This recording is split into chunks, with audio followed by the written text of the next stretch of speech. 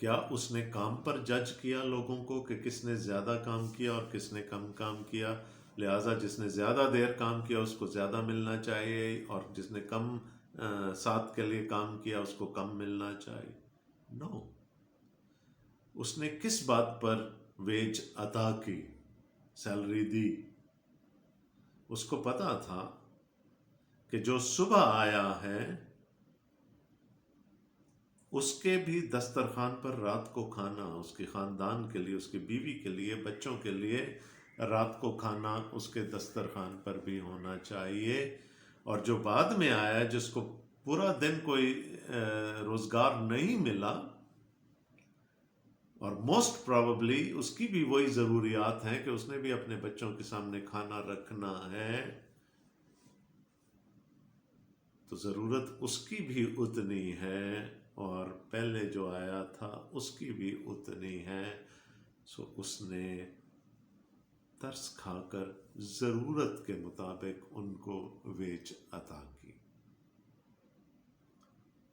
اور یہاں فضل کام کرتا ہوا نظر آ رہا. جو بعد میں آئے تھے ان کا حق نہیں بنتا تھا کہ ان کو پورا دینار ملے، لیکن اگر دیا گیا تو یہ کیا ہے؟ یہ فضل ہے. پہلے والوں کے ساتھ تو ایگریمنٹ ٹھہرا دیا کہ 1 دینار دوں گا، لیکن بعد میں آنے والوں سے کہا جو واجب ہے وہ دوں گا، اور اس کی نظر میں واجب کیا تھا؟ 1 دینار. اور یہاں پر ہمیں فضل کام کرتا ہوا نظر آتا. بادشاہ ہے، اختیار ہے، لیکن اس اختیار کو وہ کیسے کام میں لاتا ہے؟ فضل کے ساتھ. اب چونکہ یہاں پر خداوند یسوع مسیح کے پیچھے یہودی بھی آ رہے ہیں اور وہ اسے پکڑوانے کے مواقع ڈھونڈ رہے ہیں، اور یہ تمثیل ان پر بھی فٹ آتی ہے کیونکہ وہ پہلی قوم تھی جس کے ساتھ خدا نے ایک عہد کیا. So he had a covenant with them. انہوں نے اس کوننٹ کا مطلب غلط سمجھ لیا کہ بس یہ کوننٹ صرف ہمارے ساتھ ہے، فضل اور نو فضل، گریس اور نو گریس، کسی اور کا حق نہیں ہے خدا کی بادشاہی پر. لیکن یہاں پر خداوند یسوع مسیح ان کو کیا بتانا چاہ رہے ہیں کہ یہ فضل وہاں پر ختم نہیں ہو گیا. This grace is going to extend, and it is going to extend way beyond the old covenant into the new covenant. اور وہ جو بعد میں آئیں گے یسوع مسیح کے وسیلہ سے، وہ بھی اس کی بادشاہی میں داخل کیے جائیں گے. اور ایسا اس نے کیوں کیا؟ کیونکہ اس کے پاس اختیار ہے ایسا کرنے کا. انسان ہوتے ہوئے بنی اسرائیل نے یہ سمجھ لیا کہ خدا کی بادشاہی پر حق صرف ان کا ہے. They have exclusive rights to the kingdom of God. جس کو یہاں پر خداوند یسوع مسیح چیلنج کر رہے ہیں کہ this is not the case. جو خدا کا منصوبہ ہے وہ کیا ہے کہ جینٹائلز، غیر یہودی بھی خدا کی بادشاہی میں داخل ہوں گے. ہاں، پہلے یہودی پھر یونانی، یہ خدا کے کلام کا فیصلہ ہے، لیکن یہ نہیں ہے کہ دوسروں کے لیے دروازہ بند کر دیا جائے گا. اور جو بعد میں بھی آئے گا، چاہے 1 گھنٹہ پہلے آ جائے، وہ بھی خدا کی بادشاہی میں داخل کیا جائے گا. Now, nobody has the right to grumble because this is the grace of God. خدا اپنے کوننٹ سے نہیں پھرتا، اپنے عہد سے نہیں پھرتا. جب خدا نیا عہد باندھنا چاہ رہا ہے، وہ بھی کس کے ساتھ ہے؟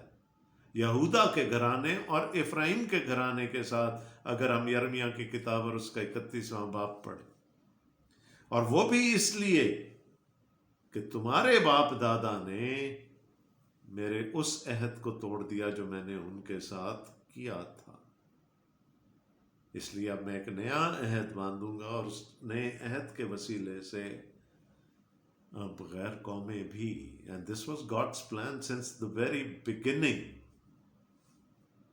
لیکن وہ پلان ایگزیکیوٹ اس وقت ہوا جب خداوند یسوع مسیح صلیب پر چڑھے، اور اس کا ذکر بالکل اس کے ساتھ ہی ہمیں ملتا ہے. لیکن وہ آیت دوبارہ ریپیٹ ہو رہی ہے، اس طرح آخر اول ہو جائیں گے اور اول آخر. تو جینٹائلز اگر بعد میں بھی آ رہے ہیں خدا کی بادشاہی میں، they would have primacy، وہ بھی برابر کیے جائیں گے. اب گلہ کیا تھا؟ تو ان کو ہمارے برابر لا کر کھڑا کر رہا ہے.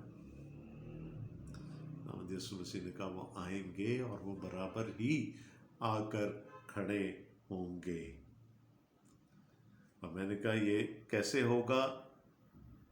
اس کا جواب بہت سمپل ہے، through the grace of God, خدا کے فضل کے وسیلہ سے. اور وجہ اگلی آیت میں ہمیں مل گئی. کیسے ہو جائیں گے اول آخر اور آخر اول؟ 17ویں آیت دیکھیں. اور یروشلم جاتے ہوئے یسوع 12 شاگردوں کو الگ لے گیا اور راہ میں ان سے کہا، دیکھو ہم یروشلم کو جاتے ہیں، اور ابن آدم سردار کاہنوں اور فقیہوں کے حوالے کیا جائے گا، اور وہ اس کے قتل کا حکم دیں گے اور اسے غیر قوموں کے حوالہ کریں گے. Jesus is talking about the Romans now. اور یہودیوں نے خود اپنے ہاتھ سے اپنی نجات کو رومیوں کے حوالے کر دیا تھا ایکسیکیوشن کے لیے، اور اسے غیر قوموں کے حوالہ کریں گے تاکہ وہ اسے ٹھٹھوں میں اڑائیں اور کوڑے ماریں اور مصلوب کریں اور تیسرے دن زندہ کیا جائے. ایسے ہی نہیں ہو جائیں گے اول آخر اور آخر اول.